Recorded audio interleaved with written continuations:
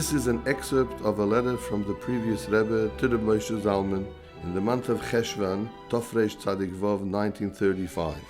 Kol echod ve'echod me'anash sheyichye. Olav ha'choiva v'ha'mitzvah l'sapel levonov uvnoisov nechtov v'yotzei chalotzov es asher yodu aloi mizichroin avoisov v'avois avoisov למען ידעו בונוב, בנויסוב, נכתוב ויוצא חלוצוב, גם הימו, גיזום וצור מחצב תום.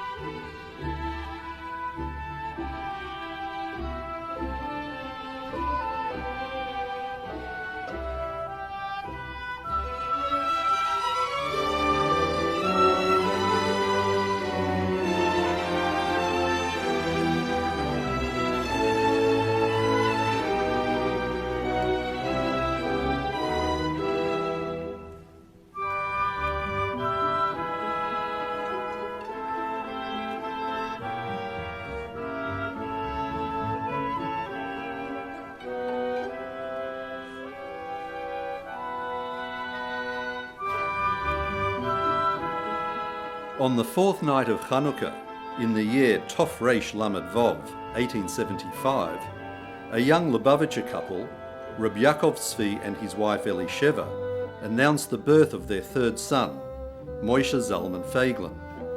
There, to welcome the newborn were the proud grandparents, Reb Avraham Feiglin and his wife Bela, as well as the great-grandfather, Nochem Moravin, later Feiglin. Bobba Bela was thought to be related to the Alter Rebbe. Yaakov Tzvi was born during the time of the third Lubavitcher Rebbe, known as the Tzemach Tzedek. When Yaakov Tzvi was 18 years old, the Tzemach Tzedek passed away, and the fourth of the Lubavitcher Rebbeim, who was known as the Rebbe Maharash, assumed the leadership. Yaakov Tzvi's life had been threatened by severe intestinal illness shortly after his marriage. Doctors in Moscow and Petersburg had given him 6 months to live, but when the Rebbe, Reb Shmuel, prescribed a special diet for him, he recovered and lived to old age. The Feiglin family lived in the mostly Jewish town of Gorky, in the Mogilev province of the Russian Empire. Whilst rumours of brutal pogroms were spreading alarmingly throughout Russia, the township of Gorky merited relative peace with their Russian neighbours and the local authorities. The Feiglin family were considered one of the prosperous families in Gorky. Their grand home stood in the centre of town, close to the market, and featured a courtyard surrounded by the many warehouses from which they operated. Their main business was trading agricultural supplies as well as liquors in exchange for flax, cattle and leather. Although the Russian government had opened a local school, especially for Jewish children, Yaakov Tzvi forbade his sons from attending it and instead hired private tutors to teach Russian, mathematics and other practical subjects, which they learned in addition to their Torah studies. Moshe Zalman was a young child when he was orphaned from his beloved mother Elisheva.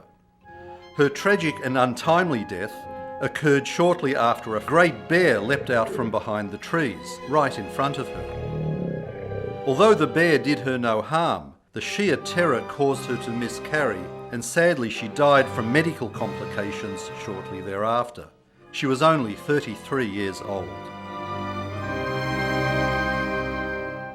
Soon after Elisheva's passing, Moshe Zalman's father and grandfather decided that the family should leave Russia and fulfill their lifelong dream of living in Eretz Yisrael. For years, the family followed the news reports about events in what was then called Greater Syria, Palestina, which was ruled by the Turks of the Ottoman Empire. The Ottomans restricted permanent immigration by Russian Jewish immigrants. But there were ways around the restrictions. The Feiglins were avid followers of the Chovevei Tzion, Lovers of Tzion movement. When an emissary from Eretz Yisrael visited their town, the family promptly purchased from him, with golden rubles, a 400 dunam plot of land in Ramot, Yerushalayim, near the burial site of Shmuel Hanovi. They reserved the right to exchange it if it was found to be agriculturally unsuitable. Although the decision to leave Russia was made, Moshe Zalman's father, Yaakov Tzvi, wouldn't travel unless he had the full consent and blessing of the fifth Lubavitch Rebbe, the Rebbe Rashab. On his third visit to the Rebbe, he received this blessing just prior to leaving. And so, in 1889, the family, together with 13-year-old Moshe Zalman, left their comfortable lives in Russia and travelled to Odessa, where they boarded a ship, and almost 2 weeks later disembarked in the port of Yafo, finally meriting to fulfill the mitzvah of walking 4 amos on the land of their forefathers.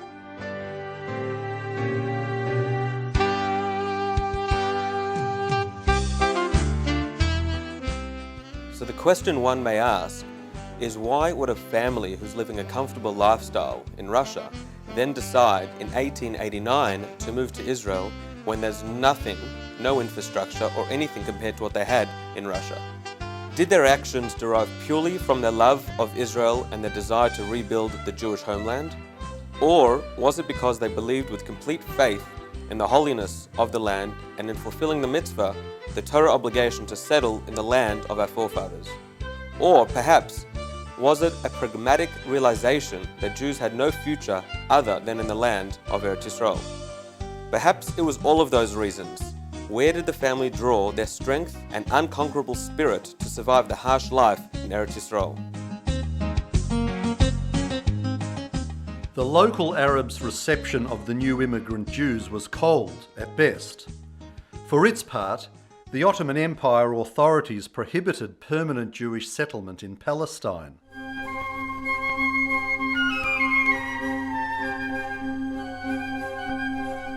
The family travelled from the port of Yafo directly to Ramot. Upon arrival, they were shocked.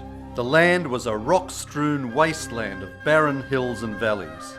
The allotment sold to them was a parcel of land impossible to cultivate. The family immediately requested an exchange as per their contract. Long negotiations ensued. They were offered either Rehovot or Galil Elyon, north of Rosh Pinna, in a projected settlement to be called Ayelet HaShachar. After consultation, the family decided to relocate to the north, but they had to wait as there was no immediate plot available. In the meantime, the family remained in Jerusalem.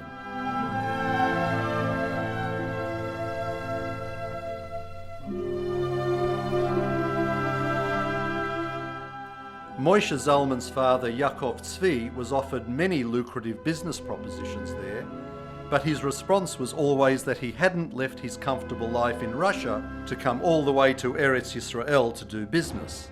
His purpose was to cultivate the land. Had he wanted to continue doing business, he would have stayed in Russia. Moshe Zalman and his older brother Shmuel moved to Rosh Pinna, where they got to learn the local agricultural practices of initially clearing the land of rocks and then working at the local vineyards. Later, they worked in the first vineyards established in Zichron Yaakov by Baron Hirsch Rothschild. Moshe Zalman was later promoted to delivering wages on horseback to all of Baron Rothschild's vineyard employees.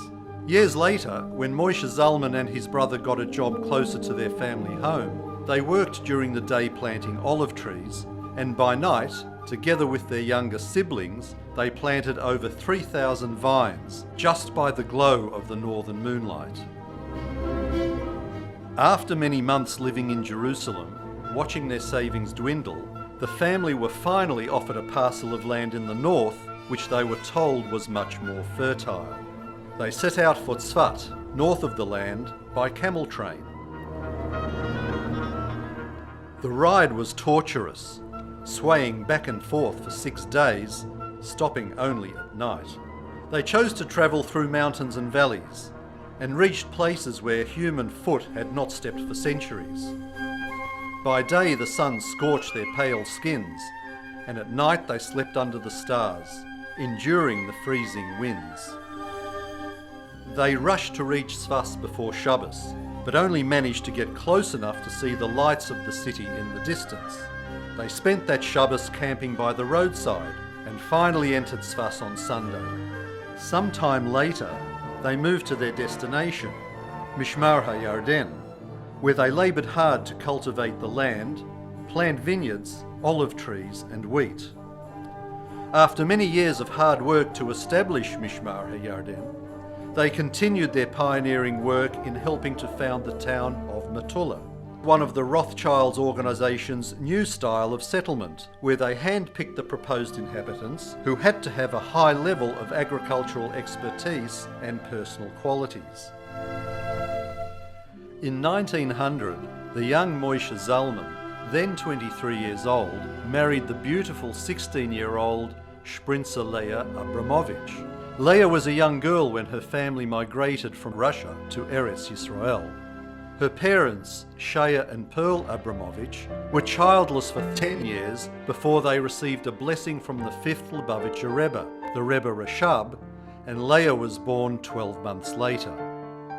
The Abramovich's impoverished home in Metula was nicknamed Shaker's Hotel because passers-by knew they could stay there for a welcoming rest, wash, and a warm meal. Life in Ottoman-ruled Palestine was harsh. There was constant border friction, disputes over water, and frequent intrusions by the wild Druze neighbours. Moshe Zalman, as a sturdy young night watchman, courageously foiled repeated attempts by the Arabs to steal Jewish-owned horses. Several family members, including newborn babies, perished due to the harsh living conditions and lack of medical facilities. Yet leaving the land was never an option for Yaakov Tzvi. He was known to say that he wouldn't swap 1 minute of living in the land for all the wealth in the world. The Turkish authorities were ruthless and were considered by the local population as barbarians. To some, it seemed that overthrowing the Ottoman Empire was the only way to freedom in their own land. A Jewish espionage network operated for many years, calling itself Nili.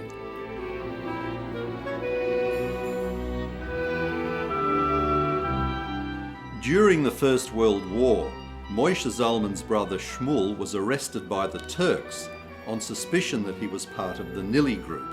He was held captive in a Turkish prison without a court hearing, but was eventually released after the Turks saw that he refused to be an informer in spite of the harsh interrogation that he endured for 2 weeks.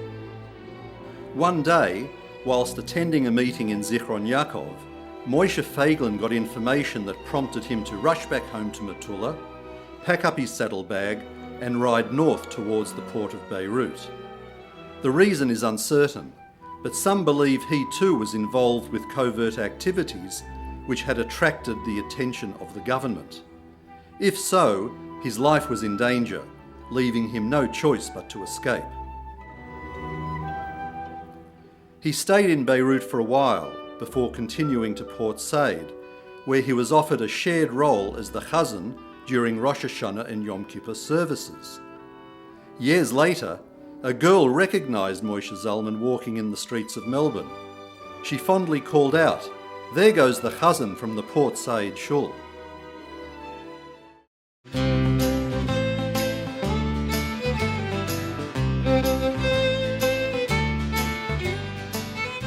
The Australian government had just begun to sponsor assisted migration.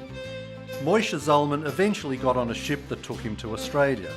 His brother Bera followed him to Beirut, but arrived in Australia on an earlier ship. Before the children were brought to settle in an alien environment, Moshe Zalman, as father of his family, came alone to prepare the necessities after his brother Bera had travelled ahead. Bera arrived in August 1911 and Moshe Zalman in November 1912. Upon landing in Fremantle, he was greeted by former countrymen. "Moshe, what are you doing in this Treifa country? This is no place for you." Indeed, he found that under severe financial pressure, lifelong Sabbath observers were now working late on Friday evening.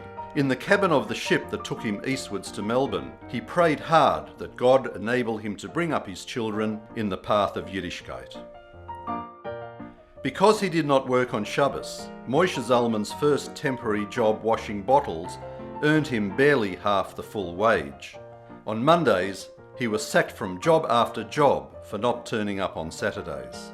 But a year later, he was able to bring his wife Australia and their 5 surviving children to Melbourne. Bobba Australia parted with her parents who remained in Eretz Yisrael, knowing she had little chance of ever seeing them again. This was incredibly hard for all of them, as she was their only child. Alone, she took her children, aged from 2 to 12 years old, on the arduous journey to Australia. They disembarked in Melbourne in December 1913.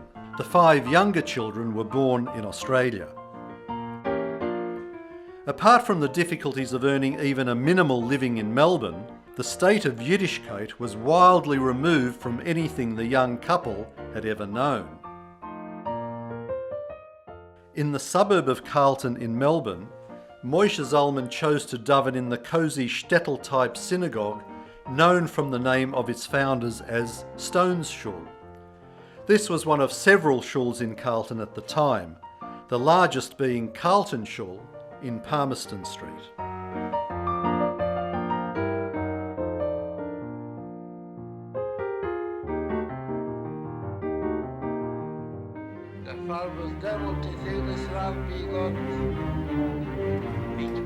Der Seder und der Verbindung und die Chagigo mit Achilles Penis von Dilo. Was Achilles alleine machriach, als muss nehmen Zman, und es muss nehmen Zman Oruch, und in der Guir Baruch, wie man sagt, sich mit Pashtus, aber Schaas Eretz wegen Zriya, und das ist verbunden mit Wuhe, Kajitze Basel.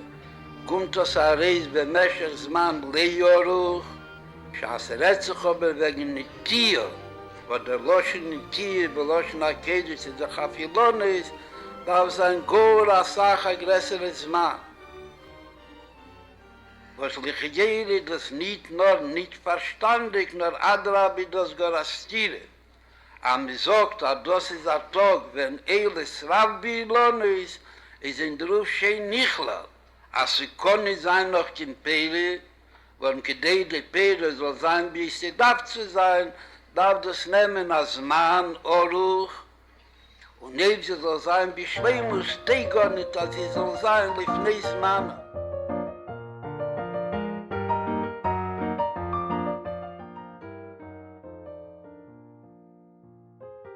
In 1913, the Australian government began promoting closely settled rural settlements. At the same time, a philanthropic Jewish agricultural settlement fund was set up to assist Jewish immigrants to find employment by settling on the land. And so when they heard my father had experience in agriculture, because he worked for Baron the Rothschild in Israel, helping develop there when they got there in 1980. Then he was the one that had to lead the community. So he insisted that there must be at least a minyan hidden and a sheikh with lamed, otherwise he's not interested in going. Because he says the children have got to be looked after. And that's how the whole thing started, the Shepparton community. Moshe Zalman started off in Shepparton with the intention of growing fruit trees and bought initially only 40 acres of land in Orvale, 5 or 6 kilometres from the main Shepparton township. The orchards were behind the houses which fronted Feiglin Road. When he first arrived, he lived in a tent and used wooden boxes for furniture. Life was tough, and those first settlers had to contend with floods which washed out the area. Later, they built a shed to replace the tent.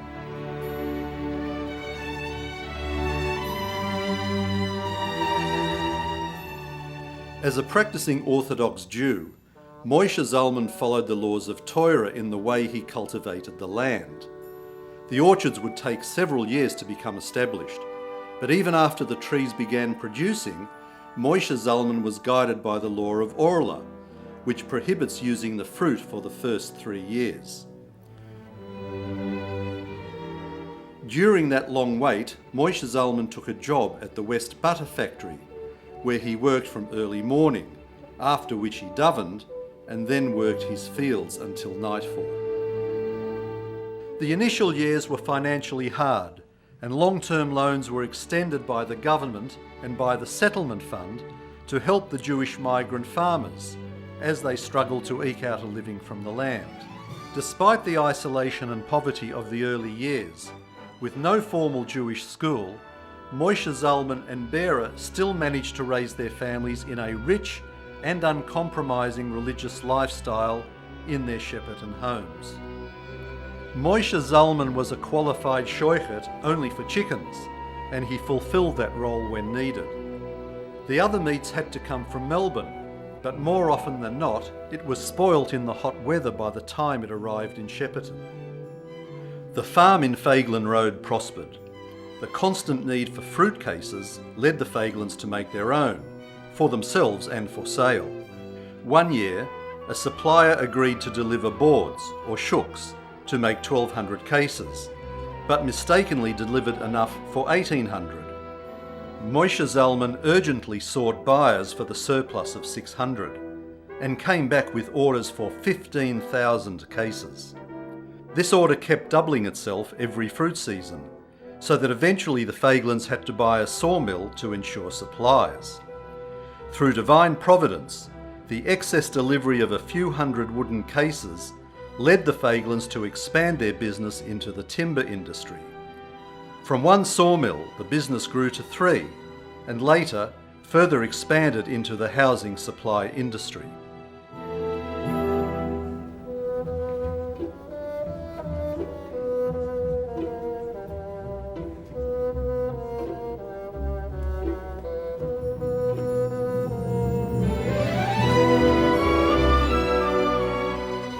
Many of the children married and moved to Carlton and the surrounding Jewish areas of that time, and became an integral part of building the greater Melbourne Jewish community.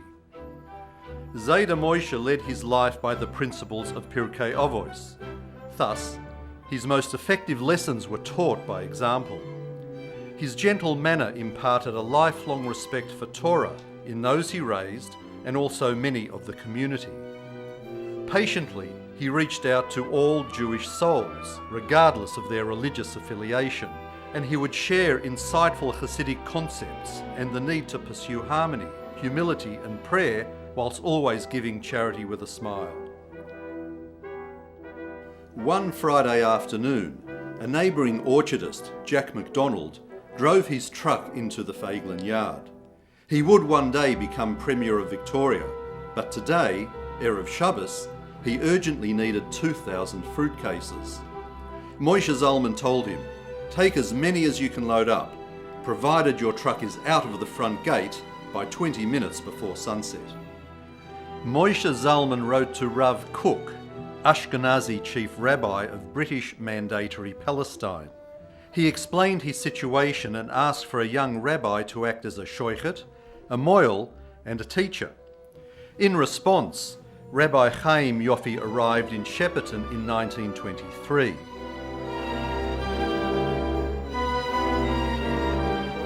Many years later, Chaim Yoffi's daughter Hannah married David Feiglin. Other young religious scholars followed later. Many of them stayed, and some became major contributors to Jewish life in Australia.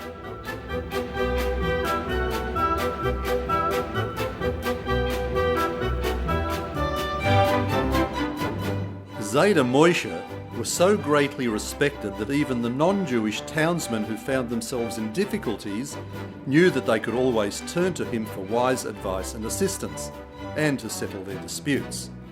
And if they had business with him, they knew they needed no contracts. Shepparton's leading lawyer, Frank Cameron, recalled that in 1936, Moshe Zalman parked his Pontiac outside Cameron's office to buy a promising orchard from a farmer named Charlie Evans. A price was agreed on, but no money yet changed hands. But later, Evans came to Cameron weeping. He didn't want to sell after all. Moshe Zalman refused to hold Evans to their agreement. He said, "I won't build my prosperity on another man's tears." One day, during the Great Depression, a policeman rode up to the Feiglin house on his horse and told Zayda Moshe that he had been given orders to evict a non-Jewish townsman with 5 children from his house for being unable to pay his rent for 12 months. The policeman had not been able to sleep all night and asked Moshe Zalman if he could pay up the arrears, £32, to save this family from being thrown onto the street. Zayda Moshe and Boba Leah could find only £17 and a few shillings in the house. The balance they borrowed from friends and gave the entire sum to the policeman. Years later, the townsman called on Zayda Moshe to repay his old debt. He began to count out single pound notes, but continued beyond £32 when Zayda said, "Oi, that's enough." "What about the 4 years' interest?" the townsman asked. He was astounded to hear Zayda Moshe's response. "Do you think I would take interest from you?" A veteran Shepparton citizen by the name of Mr. Riordan recalled that when Moses Feiglin walked down the street, his non-Jewish townsmen would doff their hats out of respect.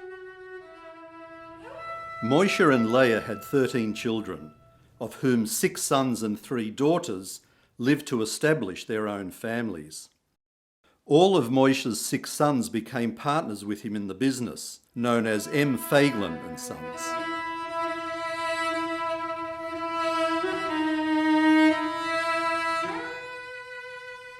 By 1932, the Depression had dragged thousands of workers to the brink of starvation. The housing industry was at a standstill. No timber was being bought, and the Feiglins could not keep all their workers on in full-time employment. Moshe Zalman insisted that while single workers could work reduced hours, married breadwinners had to be kept on full-time. But there came a time when the Feiglin brothers had no work for the 32 workers at their Powelltown timber mill. They called up their father in Shepparton and asked him what to do. If they closed the mill, their workers would starve. He asked them how much was needed and then approached his local bank manager. When Zayda Moshe told the bank manager that a year's wages for all the workers would come to at least £15,000, the manager replied that the overdraft limit was £200. However, he added, "I know your object and I know you. I'll send you to Mr. Hemingway, Chief Inspector of the National Bank in Melbourne." Zayda Moshe took his sons, Judah and Joe, along to meet Mr. Hemingway. But despite his limited English, Zayda Moshe did most of the talking. After 3/4 of an hour, Hemingway stood up, clapped Zayda Moshe on the shoulder and said, "Mr. Feiglin, don't ask me why, but I'm going to give you the £15,000 overdraft."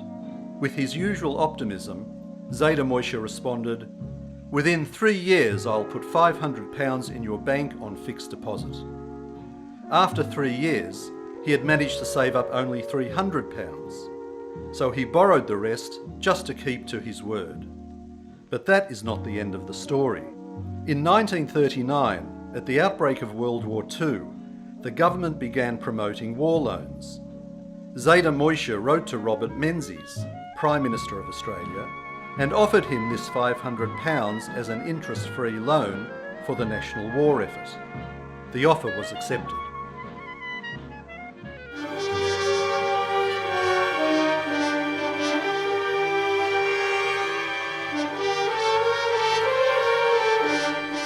Events back in Europe were making news even in Australia. Murder and devastation by the Nazi regime shattered the hearts of those who had loved ones left behind.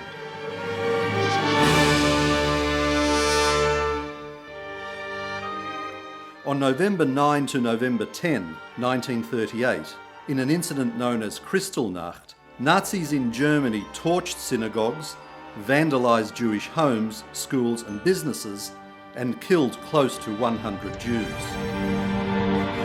we saw burning synagogues, burning old age homes. The street was covered with glass. Everything destroyed. Most of the world raised no protest, but in Melbourne, Australia, a small group of Indigenous Australians marched on the German consulate, requesting an end to the persecution of Jews in Germany. They were led by the elderly William Cooper, founder of the Aborigines League. The delegation was turned away by consulate staff, who refused to meet with them. William Cooper's grandson, Uncle Alf Boydie Turner, was later asked what motivated his grandfather to lead the protest. Uncle Boydie, who was 80 years old at the time, said that Jewish farmers in the Shepparton area, where William Cooper lived, were good to the Aborigines and gave them jobs. Not only that, but they gave the Aborigines equal pay to what them white fellas got. This was highly unusual. When asked for names amongst those Jewish farmers, he particularly remembered the Feiglin, Hyatt and Rosenbaum families. Moshe Zalman's family grew, and his businesses continued to expand successfully.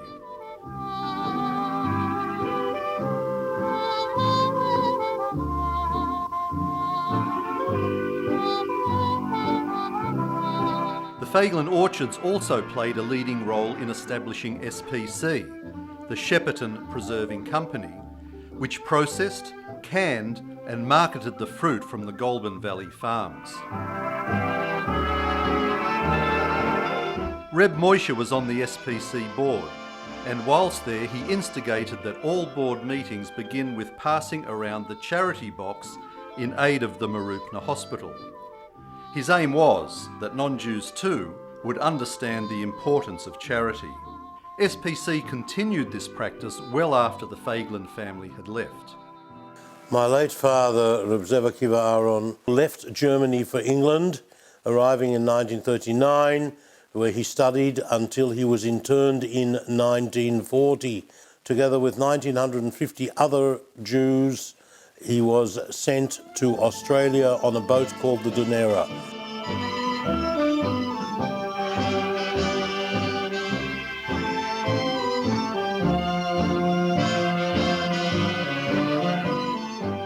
The Dunera arrived in Sydney on the 6th of September 1940. They disembarked and were taken to a camp in a place called Hay on the Murrumbidgee. The weather there was terrible, particularly for people from Central Europe, and they moved them to Tatura in Victoria.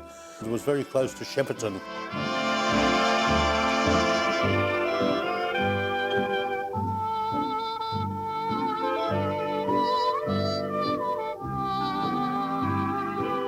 After a while, Moshe Zalman Feiglin discovered these Orthodox boys. He arranged with the army to get those boys to come to the farm and work there instead of sitting in the camp. My father, Bernard Rothschild, was one of the Dunera boys. In his memoirs, he writes, Moshe Feiglin of the then prominent Shepparton orchardist family lobbied heavily for our release from internment, and in my opinion was singularly the reason for our ultimate release. My father was then given his first job working in the orchard by Moshe Zalman Feiglin. Being moved to only 30 miles from Shepparton proved to be a true godsend for the detainees, who apart from having lost their freedom, had been robbed by the guards on the Dunera during the ocean journey. Moshe Zalman organised kosher meat and utensils for them, and sent them a Torah scroll from the Shepparton Shul, as well as Siddurim, Chumashim, and even a Megillah. But he also looked after the inmates of the distant Hay camp in New South Wales. Hearing that there were men there qualified to prepare kosher meat, he arranged to send them live cattle. All this Moshe Zalman duly reported to the Rebbe in letters. From the Rebbe, he learned that among the camp inmates was a son of the Kopishnitzer Rebbe, and requested that Moshe Zalman assist him however possible. After much effort, Moshe Zalman managed to make contact with him. His special request was for strictly kosher matzahs for Pesach. Moshe Zalman wrote to the Rebbe, "Every year a few of us go to the bakery and supervise the matzahs so that they are made in the most meticulous way. I will endeavour to send him some of those matzahs." When the Kopishnitzer Rebbe offered to pay, Moshe Zalman refused.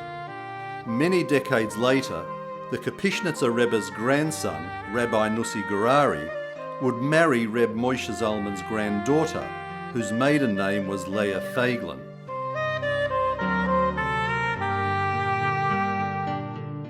Not long into the war, the British government realised its error in deporting Jewish refugees.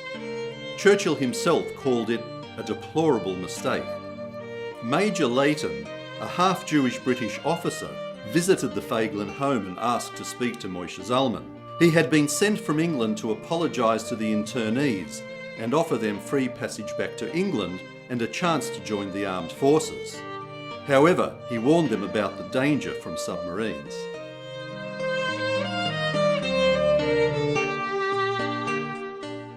Not wanting to waste leftover fruit, the Feiglins extended their business into dried fruit production, some of which was supplied to the Australian Army troops. The dried fruit idea came from Moshe Zalman's wife, Sprinzer Leah. 1/7 of all dried fruit supplied to the Victorian troops in World War II came from the Feiglin orchards.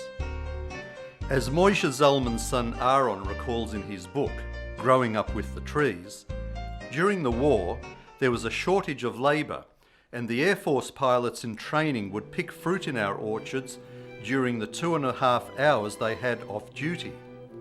My mother always fed them the best of everything, and when I asked her why she was going to so much trouble, she replied, "They are children who have mothers. They are going to war, and one must have feelings for every human being, especially considering where they are going." Moshe Zalman was on the platform of the Shepparton railway station when an army troop train heading north made a short stop. An American soldier, astonished to see a Jewish man with a long white beard, ran out of the train and rushed up to Moshe Zalman.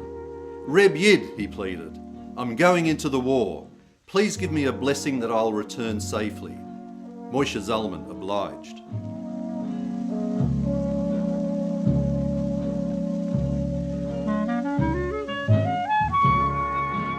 During the war, the manufacture of domestic automobiles virtually ceased to make way for war production. After the war ended, there was enormous demand for new cars. The Shepparton Ford dealer received just one 1946 Super Deluxe model and was swamped with orders. Embarrassed, he hid the car for a while, then made his decision. He could think of no one more suitable to sell it to than Moses Feiglin.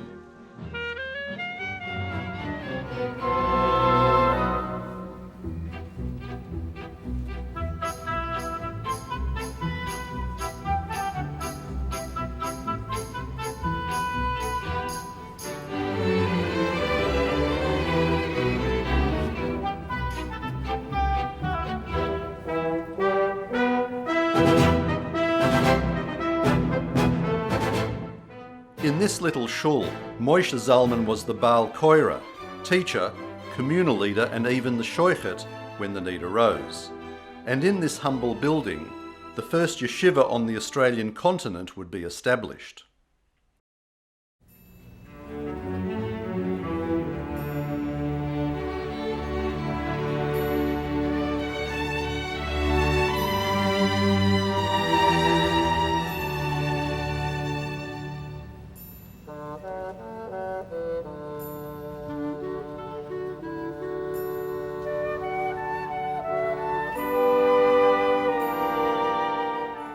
Acting upon requests from the previous Lubavitcher Rebbe, Reb Yosef Yitzchok Schneerson, Moshe Zalman arranged official invitations and sponsorships for 6 Russian Lubavitcher families to migrate to Australia in 1948 and 49. The families, after being hounded all their lives by the Russian secret police, and after the war spending years in Paris in a displaced persons camp, set off on their long journey to join Moshe Zalman in Shepparton. They were Reb Bezalel Vilshansky and his family, Reb Shmuel Althaus and his family, Reb Nochem Zalman Gurovich and his family, Reb Issa Kluvgant and his family, Reb Abba Pliskin and his family, Reb Zalman Serebransky and his family.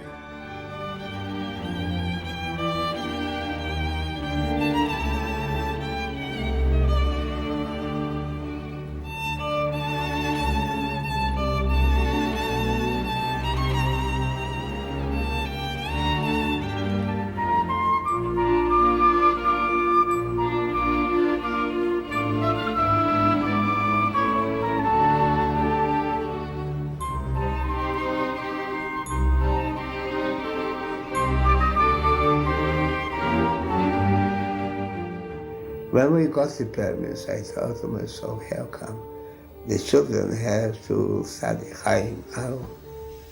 I was young also. And Australia, what sort of place is Australia? There's certainly no yeshivas, not a place for them. So I wrote to the Rebbe that we got the papers, but I think it would be better for the boys to go to a place where there is a yeshiva. So the answer was no. The whole family should go. This tiny community, with its minuscule weatherboard shul, was the cradle of today's vast Chabad Lubavitch educational network in Australia. For many years, Moshe Zalman had been urged by the warm and visionary letters of the Rebbe, Reb Yosef Yitzchok, to bring these families from the other end of the world in a move that was destined to change the face of Australian Jewry.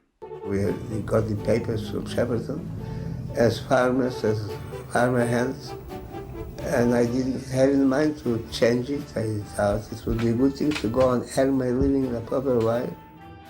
We arrived to Australia on the 4th of July 1949 and picked up from the docks by Dave Feiglin. And then at night, about 10 o'clock at night, Aaron Feiglin came with a bus and picked up all the three families and took us to Shepparton. And we arrived to Shepparton at 2 o'clock in the morning, 8 or 8:30. It was a nice frosty morning. It was a clear sky.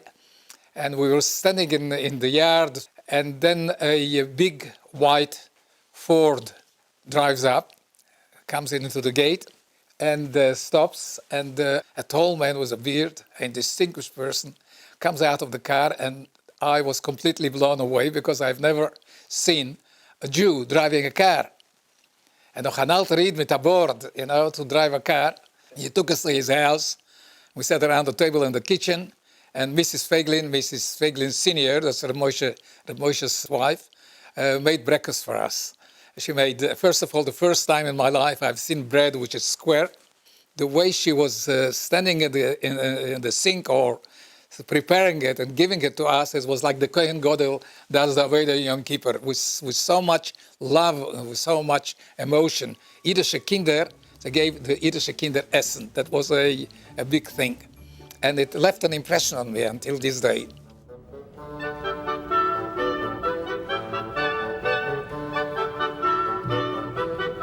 While Reb Zalman Serebransky and his family were still living out of suitcases, he wrote to the Rebbe, Reb Yosef Yitzchok, proposing that a yeshiva be set up in Shepparton. The Rebbe responded both to him and to Moshe Zalman, urging the foundation of the first full-time yeshiva in Australia's history.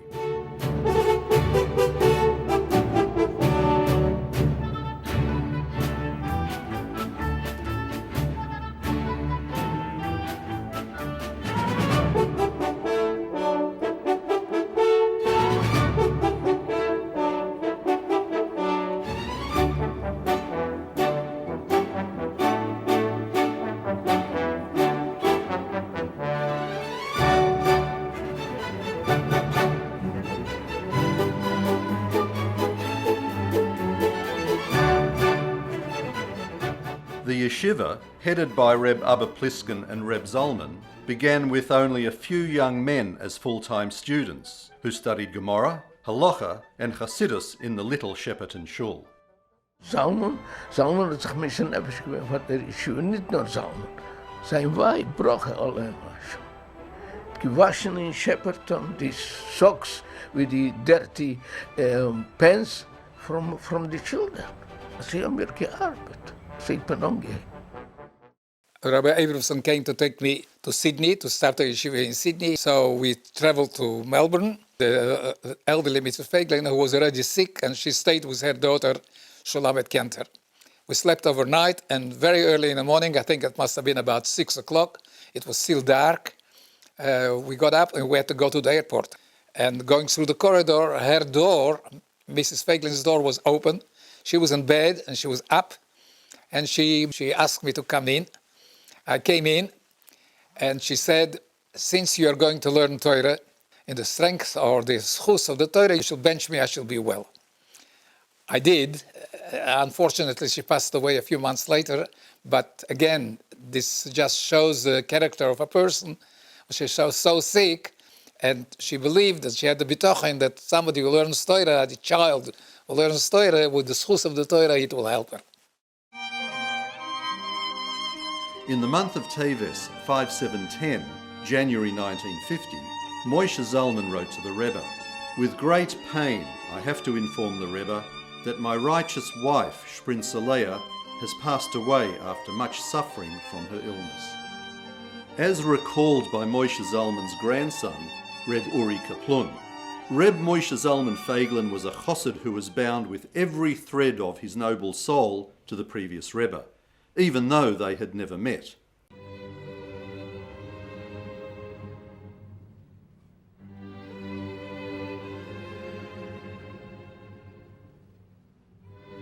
One Friday night, just 4 weeks after the death of his wife, Moshe Zalman suddenly awoke and hurried into the dining room, where he saw that a photograph of the Rebbe, which occupied pride of place at the head of the room, had fallen to the floor. Pointing to the shattered glass, he said quietly, "Something has happened." People tried to reassure him, but for the first time anyone could remember, he could find no peace. After Shabbos, an ominous telegram arrived from Brooklyn with the terrible news that the Rebbe had passed away. The date of that Shabbos was Yud Shvat 5710, January 1950. The Shepperton yeshiva struggled along, but after 2 years, it was decided that since you couldn't bring Melbourne 200 kilometres, 130 miles, to the yeshiva would have to be brought to Melbourne.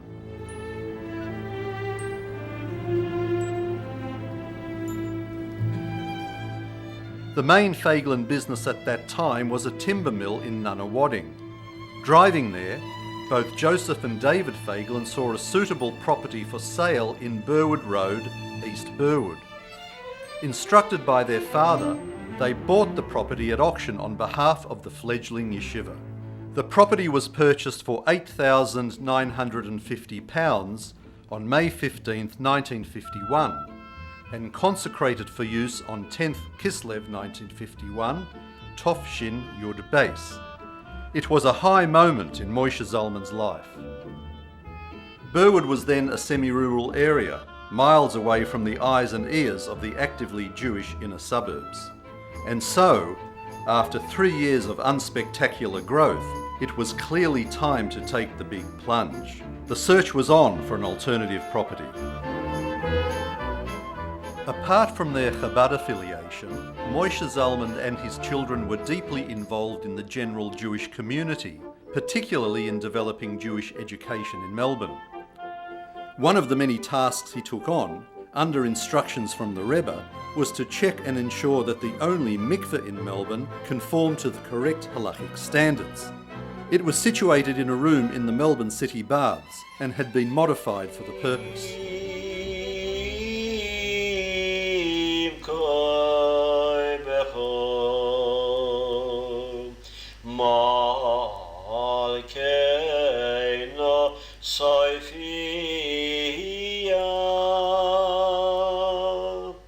I remember Rabbi Moshe Feiglin was davening in the Mizrahi Shul, and he was sitting in a position which was kept for a rabbi, and we had no rabbi, so they asked Moshe Feiglin to sit in that seat.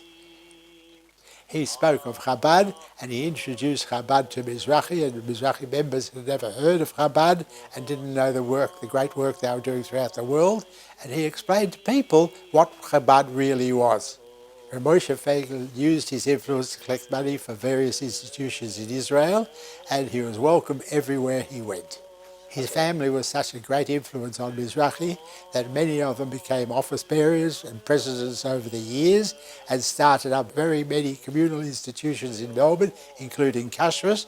It was all started by the Feiglin family.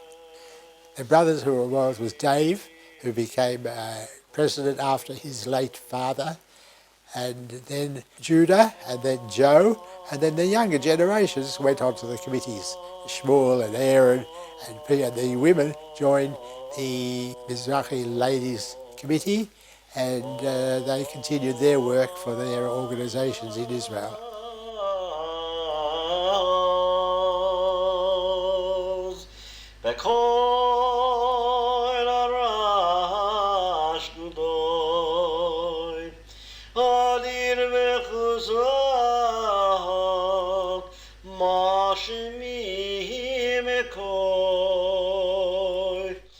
Nasim Remasrofin Liamasom Borok Yoimero. Moshe Zalman Feiglin, Zichron Levracha, took such a trip. Certainly the derech could not have been a more distant one to have been chosen. And yet the integrity, the Masoras Yisrael never faltered. From the founding of Mizrahi itself, in its merging with a minion from Howard, to the presidency, from the Gabos, to the chairmanship of Libra Yavna College, from Mamuna, to its financial support in great measure. And on a more micro level, I should tell you that on the block that I live, Yotzich Alotzov, there are several Feiglins, several descendants. There is no share that I don't have at least someone in attendance who was one of the descendants of the Feiglin family. In 1951, Mizrahi sent Moshe Zalman to Israel as its delegate to the World Zionist Congress, where one of the main resolutions was to promote the theme of fostering unity of the Jewish people. It was the first time he had been back since leaving almost 40 years earlier.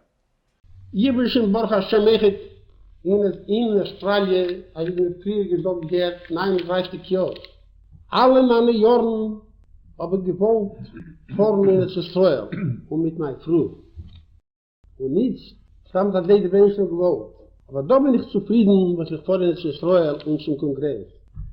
Unsere Chazal sagen, ein oder mehr Chatsi, da wusste wie Ode. Ein Mensch stark ist und gehoben der Hälfte dafür von seinem Begehr. Das hat ich mir getroffen. Mein vorne in der Zestrolle ist noch gesagt, der Haub. Jetzt, Baruch Hashem, haben wir Heidische Medine. Und ich habe ja noch was gesagt. Mi eile kooftu fellow, wie ga je in mehr besehen.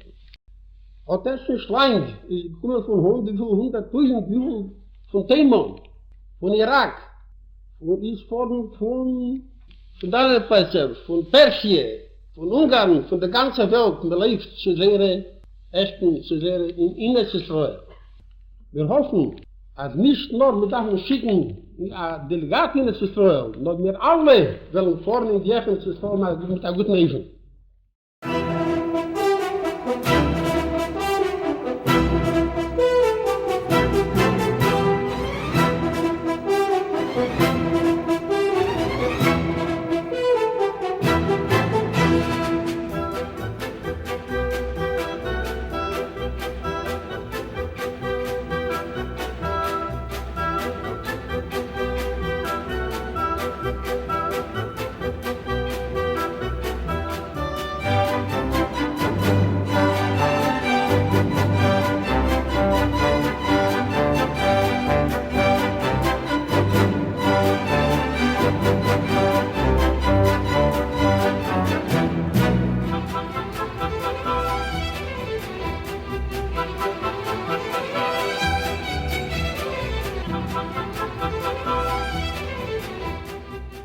In 1954, Rabbi Sholem Gutnick caught sight of an ideal property for sale in the heart of the city's Jewish community, a generous block at 92 Hotham Street, East St Kilda, graced by an aristocratic Victorian mansion. The property was owned by the Lieber family. East St Kilda and North Caulfield was then fast becoming a centre point of the Melbourne Jewish community. David Feiglin negotiated the purchase of the property for £18,352 on low deposit and interest-free annual repayments. Henry Lieber had already been offered £25,000 for the property by a separate party who wished to open a Catholic school. Henry sold his land at a considerably lower price so that a Jewish school would be there instead. Within 2 months, yeshiva opened its doors to students. The Burwood property was sold to Mount Scopus College. In 1957, Henry Lieber passed away, and the administration of his estate, which included a mortgage on the property at 92 Hotham Street, fell to his wife and son Aaron. Following the wish of his late father, Aaron cancelled the debt completely, transferring full ownership of the property to the new yeshiva college. We started with our Torah first. So there are 200 students coming from all over Melbourne, from Carlton, Brunswick and Caulfield and everywhere to this place to learn after school, Zalman. And we started to look for starting a school. I didn't know a single word in English. Oh, naturally, many people thought that these bearded gentlemen that came out here from Russia, what hope have they got of ever establishing a proper day school in this country? Because it was alien to their thoughts. Without the Rebbe's support and without the Rebbe's encouragement, undoubtedly nothing would have been done.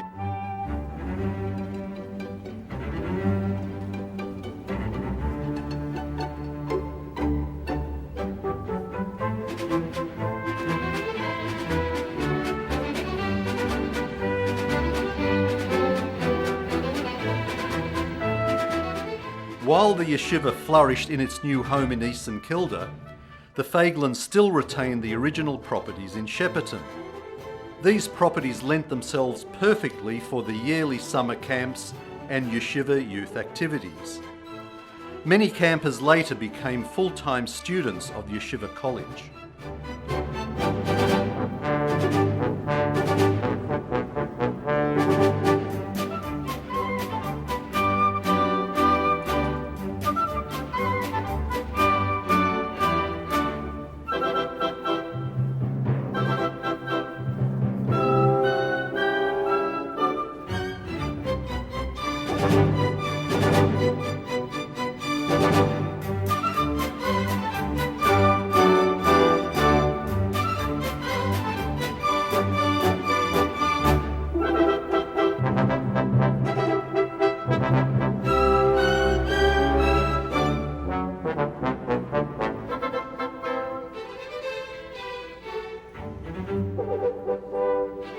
In 1956, Moshe Zalman and his son Dovid visited the Rebbe in New York.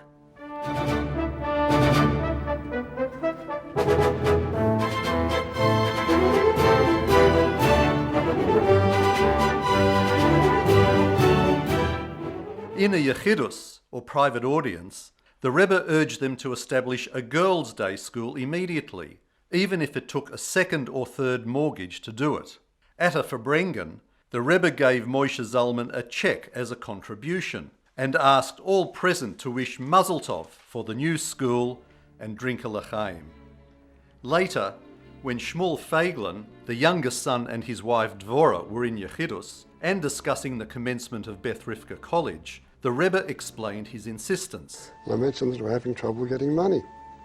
So he mentioned to me, you should know, Idische Neshomas, we haben sie jung geheid, können sie machen von Leuten von Iden. Geld kann man bekommen mit Zinsen. Und das die Idische Neshomas darf man raten. The Jewish children, if you don't teach them the Jewish way of life while they're youngsters or in their youth, then you lose them, whereas money you can always borrow on percentage.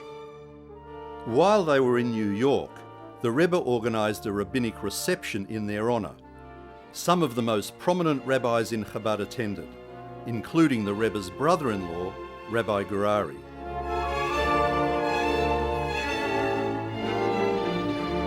But even the boys' school was struggling to establish itself. No one had thought of embarking on a new venture at such a time. But the Rebbe had spoken, and so it was.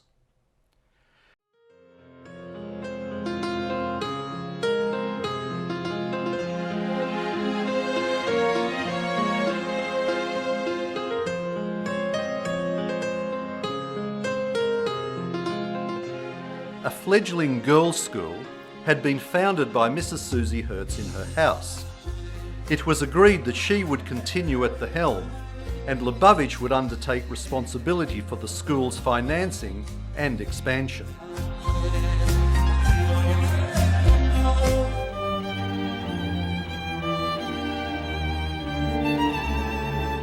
Moshe Zalman Feiglin's pride and joy were his children, grandchildren, and his great-grandchildren who until today avidly continue his legacy of promoting Jewish education and continuity in Australia, Israel, and in other countries around the world.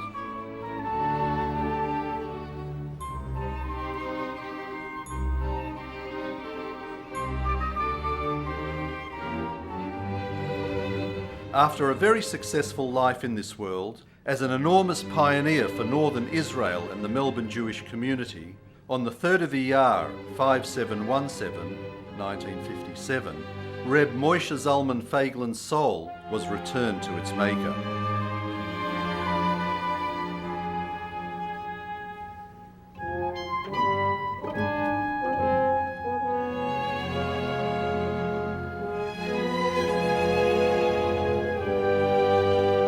But definitely he was the shliach, the good shliach, not just Moshe Feiglin, also his sons. His sons and daughters. His family were all very, very, very supportive. David Feiglin was a president of the yeshiva for many years, and he passed away, and he's still the president of the yeshiva because we don't have any other president.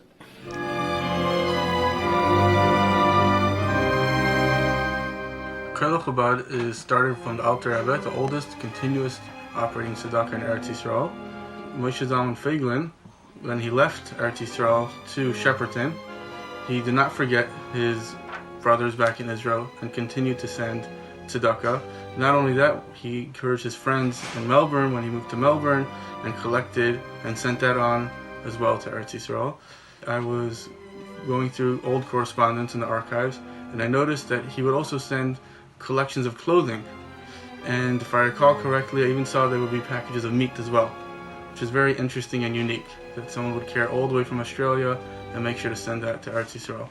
The way our Rebbe described this when speaking to Uncle Sam, he said, der Rebester hat geschickt die Engländer zu Australien, gedei zu bringen dort Zivilisatie, und Tate hat geschickt dort zu bringen dort Jiddischkeit. Pretty strong statement. Which means God sent the English to Australia to bring civilization to those parts, and he sent your father to bring Yiddishkeit there. At the Shabbos table, Zayda Moshe and his family always made a point of singing the Shabbos Zmiras in the Feiglin tunes that he remembered from home. Still today, so many of his descendants all over the world use the same Feiglin nigunim to sing both a Zamer Bishvochin on Friday nights and a Sada L'Sodosa on Shabbos days. Yemino smala v'nayu chala v'gishutin maninu lushin yecha beglo baylo zay dodilon yavinalagoyin Safra Shabbat v'yasmin b'hashka atika kadisha nehayra yishreva v'kiddush rabba v'chamra tova v'beitech v'nafsha yishadeh lo shufrei v'nefri kol v'yachas v'zitzama b'chisha yigale lo tameite v'isrei sanai v'inu nos b'shmei There are those who say that these nigunim originally were from the Lubavitch Chassidim at the time of the Rebbe Maharash and are among those nigunim that have been lost over the years.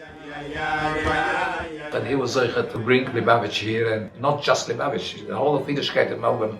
A lot is to thank the Feiglin family. Everything about Yiddishkeit in Melbourne at that time, the Feiglins were actively involved. The yeshiva, I think, I was only a young boy, but the yeshiva, the first year or maybe 2 years, Moshe paid for everything, for the food and for the malamdim and so on, until we became more independent. When my parents came to Australia in 1939, after escaping from Poland just before World War II, by 1940, when I was 5, they settled in Shepparton, where David Feiglin sold us a small orchard. And that's where we found Moshe Feiglin and the Feiglin family. The Feiglin family has become known for its pioneering contribution to Melbourne's Jewish community, as we understand it today. But in those days, their home was Shepparton, a small but very active and very close-knit Jewish community. And its leader in every sense was the late and great Moshe Feiglin. It was Moshe Feiglin who welcomed my parents and helped them get started in a strange land and in a new business. The Pratt family has always remembered the Feiglin family. I notice Aaron is here and Sam is here tonight. Their support and their kindness. And I remember Moshe Feiglin, himself a striking-looking man with his white beard and impressive bearing. But as this audience and Rabbi Groner would know, Moshe Feiglin's influence in Jewish life spread far beyond Shepparton. After the war, he was instrumental in bringing out the 5 founding families of Lubavitch. That's how the yeshiva began. And that's how the Lubavitch Chabad movement began in Australia. So while I'm sure I'm entitled to be a Shepparton Landsman, I'd like to hope that I'm also entitled to be a Lubavitcher Landsman. In 1989, Reb Moshe Zalman Feiglin's great-grandson, also named Moshe Zalman Feiglin, had the opportunity of receiving brochas from the Rebbe when his family brought him to New York for his bar mitzvah. In Australia machen die bar mitzvah von meinem Sohn Moshe Zalman Feiglin und hat genommen noch der ältere Seder Moshe Zalman Feiglin und die kommen zusammen in die Sprache zu machen dort das Simcha. Werden wir machen? Dienstag bei Nacht. Was sagen das auf solche Dienst? Was sagen auf solche Liefert auf solche Dienst? Und das hat ziemlich nachher für jede Kind und alle Kinder. Das ist meine Tochter. Das ist meine Tochter. Das ist Weib. Das ist meine Mama. The Moshe Zalman Feiglin Australia, who came to Melbourne 80 years ago, 70 years ago, and who is one of the great pioneers of Yiddishkeit, i.e. whose father had the schus to be by the Rebbe Marak, a person who has a schus to have Moshe and his kashrus to the Friedrich Rebbe, and a person who I saw when he came here with David and Chana Aleim Hashalim, and I saw how they walked into the Rebbe. The Rebbe stood up for the Moshe Zalman Feiglin, Molei Kor Moshe. He stood up before. When I came to Australia, Toshin Zayin, if you remember, 1947, you remember, I wrote to the Rebbe. Of course, the address was 28, box 28, Shepparton. And I wrote to the Rebbe about the Moshe Zalman. It's printed in Chelik Ches or Chelik Tes that he writes to me then about the Moshe Zalman. Called Echod V'Achas. Everyone, mi bonov of his sons, mi bnoisav of his daughters, chason of his sons-in-law, kalois of his daughters-in-law, yokor li b'ma'oid are very dear to me. In 1958, after many requests from the yeshiva community and others, the Rebbe sent his personal emissary, Rav Yitzchak David Groner, to Melbourne for 3 years to spearhead the development of the schools. 3 years were to become 50, during which Rabbi Groner inspired and oversaw the growth of the whole community with the momentum of his own fire and dedication. The free thank the government for all that they're doing, but we need more.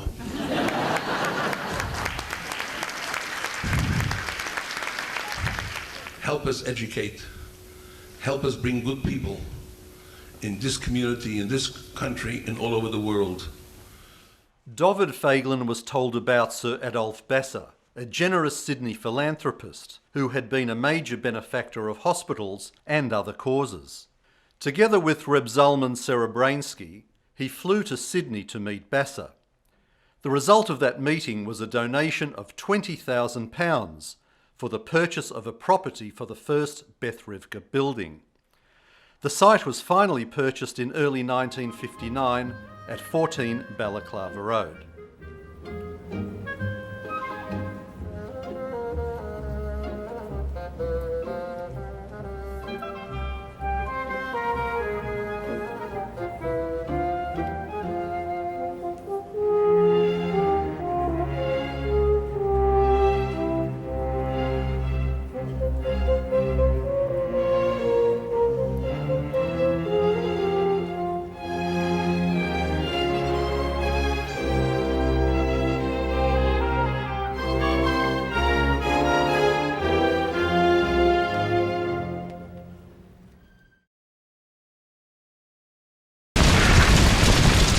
There really were two fires. The first one didn't burn the shul down, but in 1961, fire broke out on Moshe Shabbos.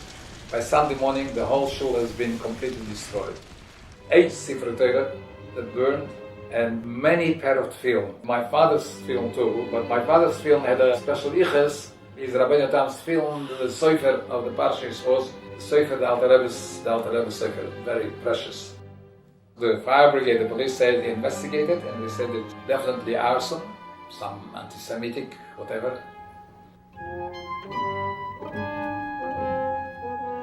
All the remnants, what was left over, the burned secretariat, were buried where the mikveh is now, over there in the back of the yeshiva.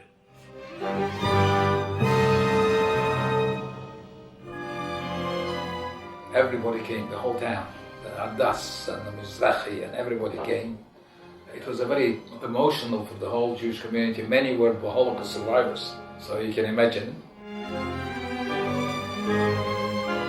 There was an appeal straight away to rebuild the shul, and interesting that even Goyim responded. I remember Rabbi Groner getting in the envelope 5 guineas with nice letters. You know what I did?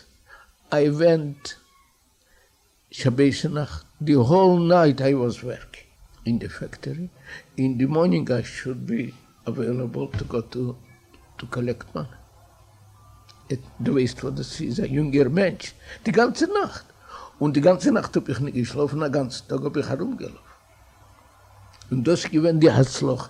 Du verstehst, die Hatzloch ist gewinnt not only from me, from the young. It was a very big idealism.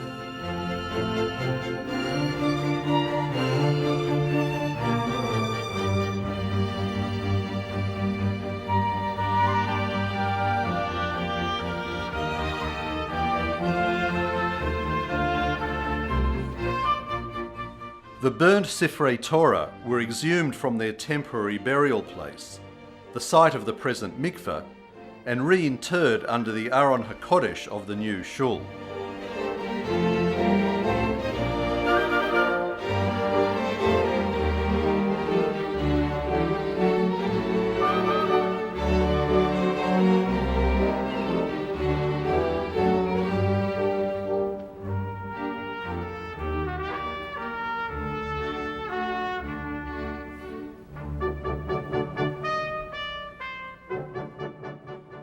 In 1968, plans were drawn up to build a much-needed secondary school building for Beth Rivka within the existing playground of the primary school. Building barriers had already been erected on the playground when an auction sign appeared on a magnificent red brick mansion on Balaclava Road, on the opposite side of Empress Road, all the way to Alexandra Street. The auction board was up for less than a day before it was purchased by Lubavitch for a secondary school. In order to construct the secondary college on this new property, a major donor was sought. The original pledge of £18,000 from Mr. Raymond Ellenson became $100,000, and the magnificent building was erected on the newly purchased site and serves today as the Beth Rivka Secondary School building. The foundation stone was laid in May 1968 by Mr. Ellenson in the presence of John Gorton, Prime Minister of Australia.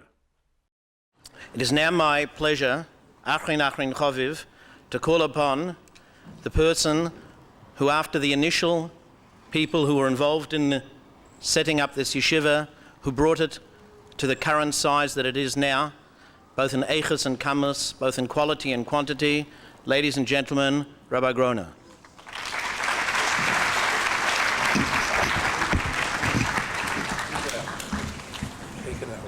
Feiglin family, distinguished guests, ladies and gentlemen,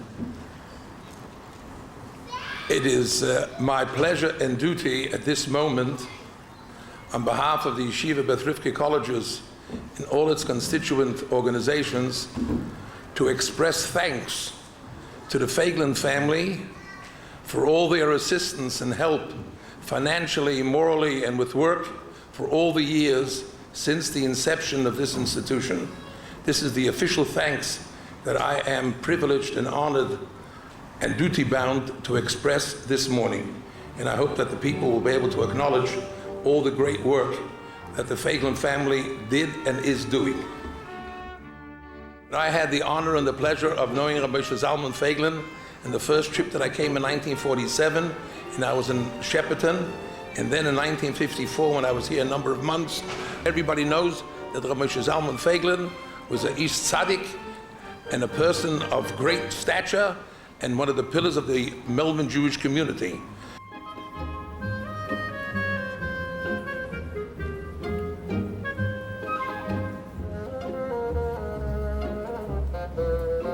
Am gesagt, das ist ein Tag, wenn Eiles Rabbi Lonis ist in der Ruf Schein Nichla, als sie können sein noch kein Pele, und neben sie soll sein, Beschleimus, Tegon nicht, als sie soll sein, Lifneis Mana. Das ist eiche der Heroin Avedes Hashem. Wir beweisen Nemo, Pakoschken, und Kalvachemer, was tut sich mit Aila. Und das, was du hast, heim die Pele. I do der Fall, was Chamish Osser Bishvat Sheshonim Shelifni ze, oder Bishtei Shonim Shelifni ze, oder Ba Nesek von Gimel Shonim Lifni ze, oder Ba Tomer Shivim Shonim Lifni ze, hat der Dämmel geführt mit den ganzen Studien, auf Aris nehmen die Unionen Mina Kirche La Peil. Wissen die, dass der Peilis von dem Tomer wird haben in 70 Jahren Ruhm, oder sie haben wie der Meister für China am Michael, wird es auch mal zweiter.